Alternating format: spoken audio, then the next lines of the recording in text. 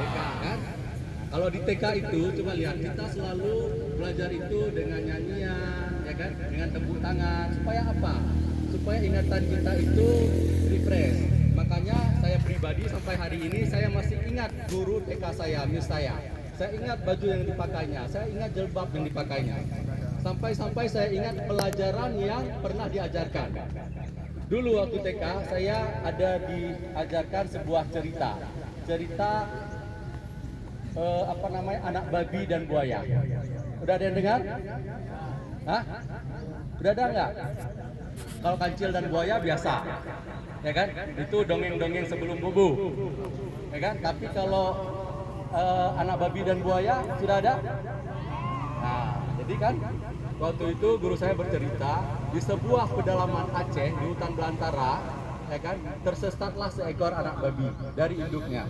Sehingga anak babi itu berjalan sehingga masuk ke tengah hutan dan bertemulah dengan sebuah sungai. Ya, ketika bertemu dengan sebuah sungai, dia bingung karena sungai itu dipenuhi oleh buaya bubu. Ya, sehingga dia berpikir bagaimana dia bisa menyeberangi sungai tersebut. Ada yang bisa? Ini, nah, sini dulu. Bukan ini. Ini. Ada yang bisa? Kasih mic dulu. Kasih adik. Jadi kalau bisa jawab, tak pinjamin dulu 100. Kita balik.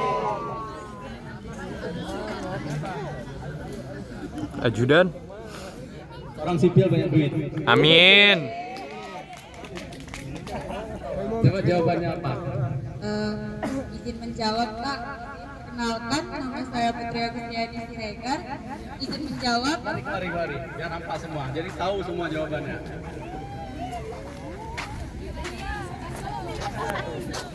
Pupet. Mata uli bangga. Diam dulu. Jawab bisa pulang ambil balik. Coba perkenalkan diri, jawab. Izin memperkenalkan diri. Perkenalkan, nama saya Putri Agustiani Siregar. Izin menjawab, Pak. Jawabannya buayanya Islam. Kok buayanya Islam? Iya loh kan.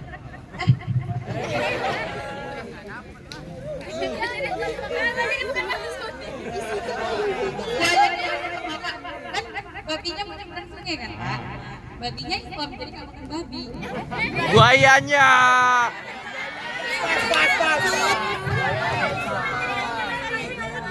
Jadi yang jawaban apa sebenarnya, ini pasti yang bisa jawab ini pernah dengar kuis saya waktu di KKN dulu. Jadi Aceh itu kan syariat Islam.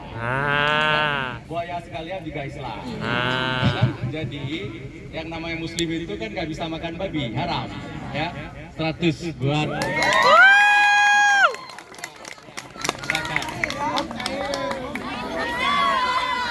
Mic aja atau kasih kemana lagi? Kita tak pinjamin 100. Jadi di setiap kesempatan ya kan, usahakan buat suasana itu menyenangkan. Ya, jangan saklek. Ya, jangan wajah itu wajah cemberut terus. Jangan. Ya. Kemudian kita orang-orang sipil ini ikatannya harus kuat, ya.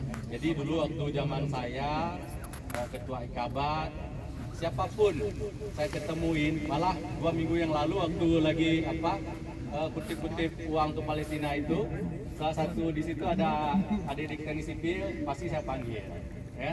Walaupun biasanya kasih jajan, ya kan, kasih makan, tapi karena waktu itu saya lagi di pinggir jalan, nggak punya makan dan cuma kasih minum aja, kasih jus. Jadi kalian juga harus seperti itu. Kita harus bangga dengan sipil kita harus punya ikatan emosional dengan sipil kita supaya kita itu kuat. Dan harapan ke depan, alumni teknik sipil menduduki jabatan-jabatan strategis. Ya kan? Kita cukup dengan amin. Ya, kita harus berjuang, berusaha. Makanya seperti saya ini nempuh jalur politik segala macam untuk apa? Supaya bisa duduk di jabatan-jabatan strategis. Ya, karena apa? Kalau kita tidak bisa duduk di jabatan strategis, ya, kalian buat acara seperti ini tidak ada yang dukung.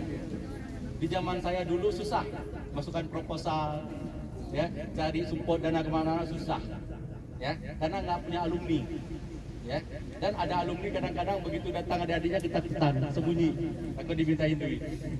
Nah, makanya hari ini kita sudah sepakat, ya, bagaimana orang-orang teknik itu menduduki jabatan-jabatan strategis supaya bisa membantu adik-adik di bawahnya. Karena ketika kalian tamat nanti, wilayah kerja sipil ini besar sekali, luas sekali. Karena orang sipil bisa bekerja di bank. Pernah dengar orang sipil bekerja di bank? Pernah. Kan? Nah, orang sipil juga bisa bekerja di mana-mana. Ya. Jadi kalau kita tidak punya alumni yang menduduki jabatan strategis, nggak bisa mengangkat. Ya. Contohnya, misalnya ada perekrutan buka pabrik vital baru, contohnya di PIP. Ya, nggak bisa karena yang jadi panitianya itu misalnya orang-orang Unsia. Mereka akan bantu adik-adiknya, bukan kita yang lima. Nah, makanya sebisa mungkin, ya, kita alumni ini bisa menduduki jabatan strategis. Misalnya contoh, saya ke depan jadi wali kota. Amin. Ya kan? Nggak cukup dengan amin. 2024 nanti bulan 9 saya ikut jadi wali kota. Ya kan? Ketika saya wali kota, ya kan? Ketika kalian datang buat proposal, pasti ada pintu khusus. Ya kan? Ada di teknik sipil, Unima katanya. Oh ya, semua masuk kemari. Nah, ya kan? Belum kalian sampaikan proposal pun